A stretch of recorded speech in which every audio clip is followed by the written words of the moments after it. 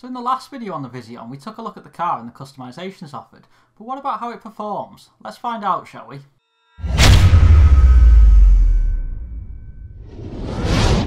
So I've put the Visione up against the XA-21, the Vagner and the RE-7B on this 2 mile drag strip. We've got quite a good variety of vehicles here. The XA-21 obviously was the fastest car in my opinion up until the Smugglers Run DLC. The Vagner and the RE-7B I've included because they're downforce vehicles. The Vagner was already quite competitive. The RE-7B used to be until the downforce issues that happened previously earlier in the year. But things have been tweaked and changed with downforce since the Smugglers Run update, so I thought it was important to include them in these tests so that you can understand just the differences that this has made. So as you can probably see from this already, the Visione is not faring too well in this sort of situation. The Vagner is by far the quickest vehicle. The others are all very, very close together. You know, there's a couple of tenths here and there in it, but the Vagner is quite significantly quicker than them. So that's the results of the 2 mile drag. Let's go around the circuit now and see how it performs there, shall we? So as you can see here, we've got the Visione, the XA-21, the Vagner and the RE-7B again, and you will very, very quickly start to see just which car is dominating this this track on this. Certainly it's just this track, remember, could be different on other tracks, but in my experience this is the results that I've had from the many laps I've done with these vehicles around the circuit. So the Visione, as you can see, it's doing okay, but it is lagging behind a little bit. But the big one that's pulling off ahead here is the Vagner, which doesn't make much sense if you watch my video from last week on the XA-21, where the XA-21 was, I think it was about half a second quicker than the Vagner.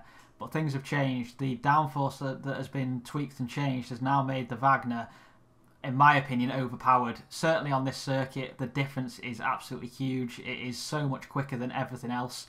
It's like driving a completely different vehicle, and I've got a comparison a little bit later to show you guys of pre-Smugglers Run and post-Smugglers Run Vagner. So as you can see there, the Vagner is 57.7, so it's near enough 0.5 of a second quicker than the XA-21, a second quicker than the RE-7B, and you know, a second and a half quicker at least than the Visione. So the Visione is not a very good car, to be honest, in terms of this, but it is competitive in the pack of cars behind the front-running supercars. So just here we've got the before and after of the Vagner, and you'll be able to see straight away just how big the difference is. So 1.1 seconds is the difference between pre-Smugglers Run Vagner and post-Smugglers Run Vagner, and you can just see here it's like a completely different car. The back end is not skidding around at all. Some of these corners it was a little bit skittish before Smugglers Run. It's now just completely flat out, no problems at all, especially through here as well. It used to get unsettled on the curbs, but it doesn't now. It's just a completely, in my opinion, overpowered vehicle now.